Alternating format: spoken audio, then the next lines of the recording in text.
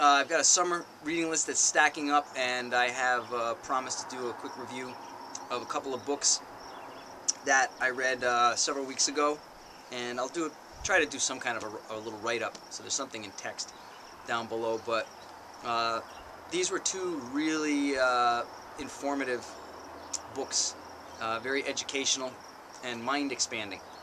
And the interesting part is, one is about wine and looking into the future. Where is wine going?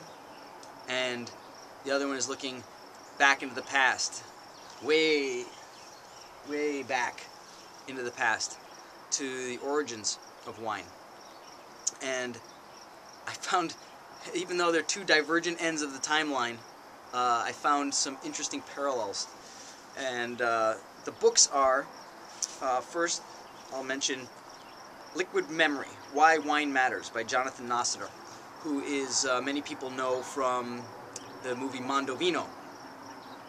Well, this book is a beautiful essay on what the underpinnings were, what kind of gave him the energy to do Mondovino, what the obstacles were.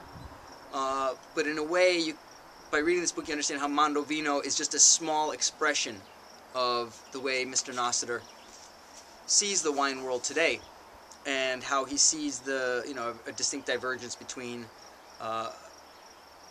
what you would call traditional or terroir-driven wines and New World wines, which are kind of a taste pattern that has propagated itself across the world, such that traditional winemaking areas are targeting their, we call that Turkey Howie, wild turkey. I lost it.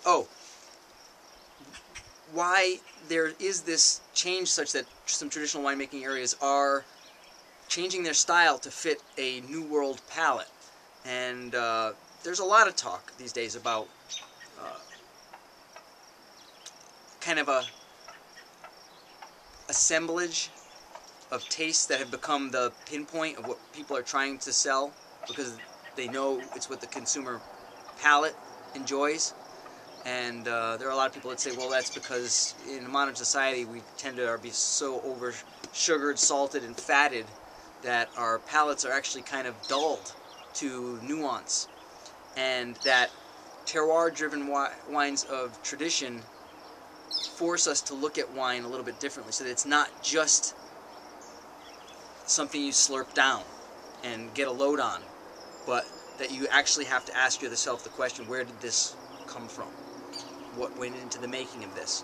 How much of this is the grape, the place where it came from? How much of it is the winemaker's hand? And I'll leave it to you to read this and get a better take on where his judgments fall. But in either case, it's really beautifully written. He has a good flair for, I wouldn't call it flair, he has a good handle on language and transmission of ideas. And I think one of the most important points he makes that is not so much about wine, but is making the distinction between globalization and global homogenization, which are two very different things.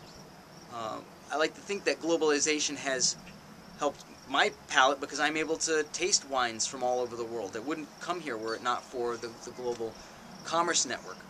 Global homogenization is when a wine that I might have really loved changes because it fits a consumer niche better.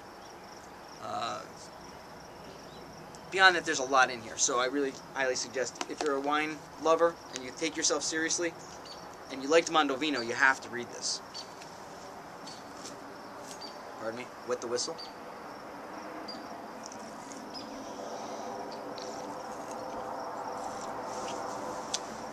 Not spitting, did a lot of spitting at the tasting today. This book, Ancient Wine, The Search for the Origins of Viniculture, by Patrick E. McGovern, is nothing short of a tour de force of scientific information.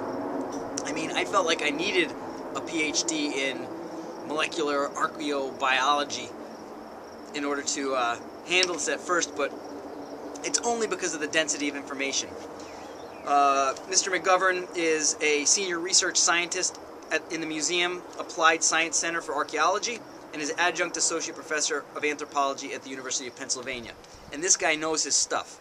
Not only is he quite an archaeologist, but he's developed a number of processes by which, using a way to extract and categorize compounds found in ancient pottery shards, such that he's quite sure, and I'm quite sure after reading this, that the origins of wine go a long, long way back, and that there are pottery shards that they found in the Caucasus in a place called Godin Tepe that have tartaric acid, basically by tartarate crystals, and the remnants of what would be tartaric acid in the pottery shards, because the pottery has all these little nooks and crannies in it, so something can get stuck in there for a very long time. And if it's in a tomb or buried, it can stay. And so 8,000 years ago, there was conscious winemaking practice. And if we know anything about humanity, we forget a lot more than we learn. So my guess is that things probably went back a lot farther than that. But the sands of time have worn our memory thin. But I have to say, this is really an amazing book, just in its depth and breadth, from the King Midas tombs to the tombs of Egypt, where pharaohs are buried with clay wine pots with nice stoppers on them, with labels, because the Egyptians took good records, and they kept their eye on the ball with this kind of thing, labels with different vineyard areas in the region, you would assume of the nicest kind for the pharaoh. Not only that, but the labels actually had winemakers' names on them. And in one case, at least, a winemaker's name appeared on several different labels. So, Michel Rolland and all the rest of the flying winemakers, you guys are great, you do some nice work, but it's nothing new. They've been doing it for millennia. So, the point is that I think, in some ways, that the birth of civilization and wine have been together. They've been a co-developing force. And this is, if you think of Michael Pollan in The Botany of Desire, you have to wonder if we're using the grape or the grape is using us. And, well, that's an even different discussion to have. But in any case, if you're looking for summer reading, Ancient Wine and Liquid Memory, both really great books, and possibly by late summer we'll have another list of things for you to look at. So, on that note, have a great evening. Cheers.